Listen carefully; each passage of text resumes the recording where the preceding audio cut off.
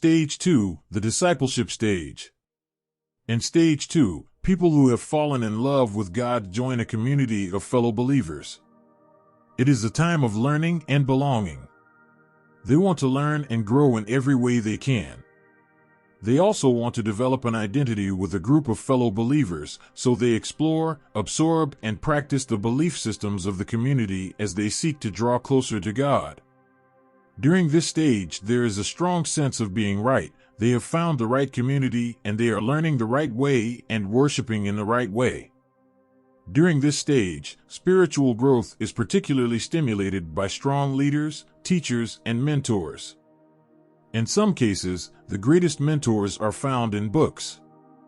A strong, biblical example of this stage would be the relationship between Paul and Timothy, and between Jesus and his disciples. Since this is a stage where mentoring is extremely important, new believers need a lot of help to find the right mentor. Unhealthy mentors can guide new believers into dangerous digressions. If your spiritual mentor is named Osama bin Laden or David Koresh, your very life could be at risk, so it is imperative that new believers be guided to mentors appropriate to their stage of spiritual growth. How would you recognize that someone is in Stage 2? Stage 2 believers have a strong desire to follow. They will attach themselves to anyone who seems able to teach them and help them. They are eager to learn and very respectful of authority, at least within that particular community. Strangely, this openness to learning is combined with a high degree of self-confidence. Even if they don't know everything, they know they are on the right track. So Stage 2 believers can suffer a bit from spiritual inflexibility. But this is not a problem unless they get stuck in Stage 2. Normally, as people mature spiritually, the inflexibility will lessen. It is a natural stage in a growing spiritual experience. Another weakness of this stage is a tendency to like easy answers. Stage 2 believers are not very fond of nuance. But as they grow spiritually, they will want more and more solid food. There are some points of concern with this stage.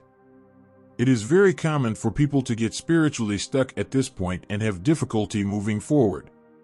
Stage 2 believers can become very legalistic and judgmental. Their lives can be governed by should or ought or must, and they can be quite frustrated with believers who don't see things quite the way they do. If they don't grow out of their initial inflexibility and simplicity of thought, they can become rigid in their approach to faith. If they have been taught one particular perspective by an influential teacher or mentor, they may conclude that their teacher's way is the only way to think or act. They may feel that everybody needs to do things that way. They may even be inclined to punish offenders if they are in a position to do so. And worst of all, they cannot see their own rigidity. They see things in terms of black and white, us against them. They feel right and strong, while other perspectives are wrong and weak. Every spiritual community has some Stage 2 members that have become stuck there. So what can spiritual leaders do about it?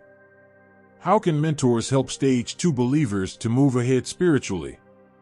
While Stage 2 believers who are stuck can be unpleasant to deal with, the only way forward is through nurturing relationships with the community and with godly mentors.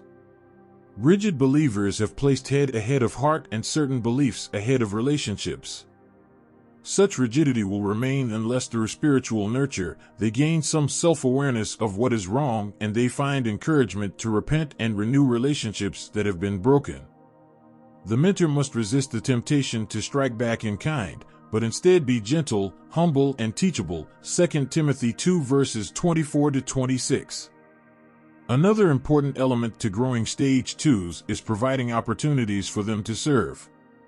Help them discover their spiritual gifts. Give them opportunities to discover leadership gifts. This will involve some risk, but the reward is also great. Help them to become contributors and not just spokespeople for certain viewpoints.